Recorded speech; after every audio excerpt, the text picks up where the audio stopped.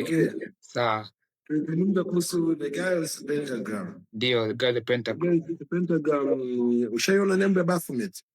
Nembo ya Baphomet naisikiaga sana kwamba a lot of celebrities wanaitumia sana hiyo nembo.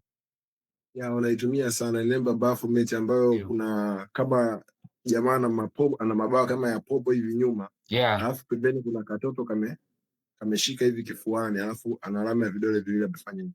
Ndio. Ile alama ukija kuangalia nembo katika paji la uso pale, kuna ile alama kama kuna triangle fulani ndio pentagram. Kwa sababu zile with the pentagram anazungumzia demon.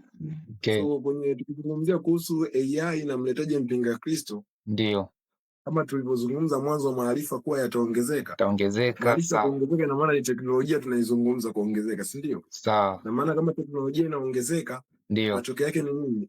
AI inamrahisishia mpinga Kristo kuitawala dunia.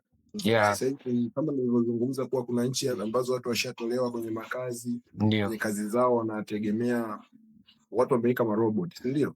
Robot zinafanya kazi. So jamaa akishakuja yule mpinga Kristo, kazi yake ni nini? Ili uweze kuwa na access ya kazi, lazima ukubaliane naye katika yale matakwa yake ili uweze kupata kazi. Maana roboti zikisha kuwepo ndio ile inakuja kauli ya watu na kununua. Ninakwambia kitu kimoja, nilizungumza kuhusu ili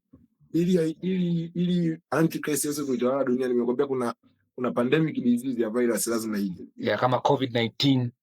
Kama COVID-19 nikakutolea mfano, nakumbuka nikakwambia kwenye COVID-19 watu walikuwa hawezi kutravel, hawezi kwenda mbali. Sasa mpinga Kristo ana akili sana, maana wanadamu wanawaza tuwezaje wote kushurutishwa kwa sheria ya mtu mmoja.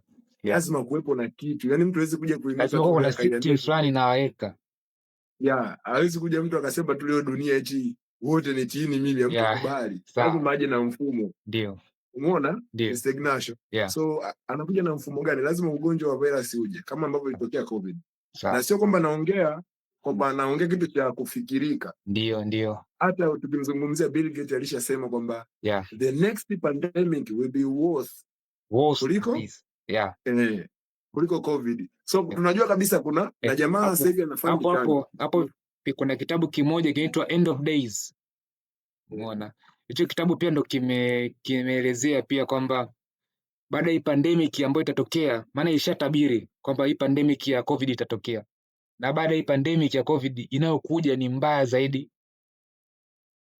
Na Bill Gates ashaongea zile mara kadhaa, kwa sababu hata kabla ya kutokea corona, Bill Gates 2015 alizungumza kuwa ugonjwa utakao kuja utakuwa worse zaidi ya corona. Na baada ya corona akasema tena ugonjwa utakao kuja utakuwa worse zaidi ya corona. So tunajua kabisa kuna pandemic lazima kwa ili ije nini ikishakuja, kama ulivyoona corona tu kutravel mpaka pigwe chanjo, na ndio huo ugonjwa sasa utakuja, watu watazuiwa travel mpaka wale chanjo wanakuwa chini. Ndio. Sasa pale ndio unaona mpinga Kristo anakuja kukaribia kwamba watu washazuiwa, wanakuwa makazini kuna maroboti. Ndio unanielewa hapo? Wanafanya kazi za watu zimedondoka, alafu unaambiwa hivi ili uweze kufanya kazi lazima upigwe chanjo, usije ukawaambukiza wenzako ugonjwa wa virus. Sawa. Umeona? Kwa hiyo ili uwe na access ya kazi, ukubali upewe kazi, ukatae ukae nyumbani. Kwa kile kigezo cha kusababisha usalama wa raia wasiambukizwe. Watu watahisi ni kawaida. Yaani mpinga Kristo anatumia akili. Haji tu, ndio maana Biblia inakwambia malaika, anakwambia kuna malaika wa giza anaweza kaja kwa mfano wa nuru. Unajua mistari ya Biblia. Ndio. Yaani anapokuja mnahisi ni amani kwamba no harm. Wapigwe chanjo. No harm. Umeona, watu wapigwe chanjo ili wananili wasiambukize wengine. Kama upigi chanjo kazini uingie, watu watahisi ni normal. Hapo zile kubali zile chanjo na chipu utaekewa. Zile chipu zinasaidia wao kuwa na access ya kuwa wewe tayari ulishapigwa.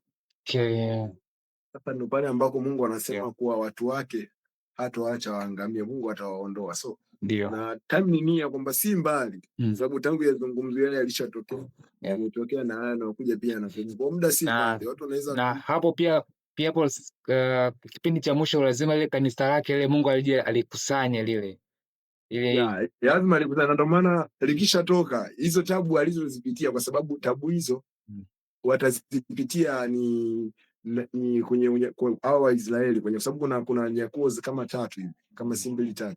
Ndio ile tabu ya kwanza inayokuja, maana tabu ya Yakobo ndio inaitwa hiyo nanili hiyo tabu anakuja nao mpinga Kristo ndio inaitwa tabu ya Yakobo, kipindi cha dhiki kuu. Kwa hiyo watu wa Mungu watawanyakuo wasipitie Soma katika kitabu cha Mathayo pale kuanzia Mathayo 24:1 mpaka mwisho, ukianzia 6 kuja chini, inakuonyesha vizuri kuwa hawa jamaa sio kwamba watakuwa wamenyakuliwa wao na Israeli, hapana. Na hisi ndio kuwa wa kwanza ni kwamba wao utatokea watu watanyakuliwa duniani, ila kama watakuwepo watakatifu. Unajua kuna Waisraeli ambao wanaamini Yesu tayari alishakuja na atakuja mara ya pili, si ndio? Ndio. Hao wataondoka. Wale ambao hawataamini Mungu atawaachia, kwa sababu wanaamini mwokozi wao ndio huyu mpinga Kristo anayekuja, so watasubiri waone hiyo tabu yao atakayokuja nayo. So watakaoyapitia yameelezeshwa pale. Ndio maana utakuta walimuuliza Yesu, tutajuaje mambo kama haya? Akamwambia hivi, mtakapoona chukizo la uharibifu limeingia katika hekalu la Mungu. So ukisoma pale kwenye maandiko utajua kabisa mwisho unavyokuja. So tukizungumza kuhusu AI inarahisisha sana. AI sasa tunaona watu hawapati tabu. Pia ulijua za AI inayotengenezwa na Elon Musk, anatengeneza neurons ambazo tutakuwa na uwezo kama wa Mungu. Anavyosema yeye kwamba unakaribia uwezo wa Mungu, anaweza kucontrol kasa ya kwenye kompyuta.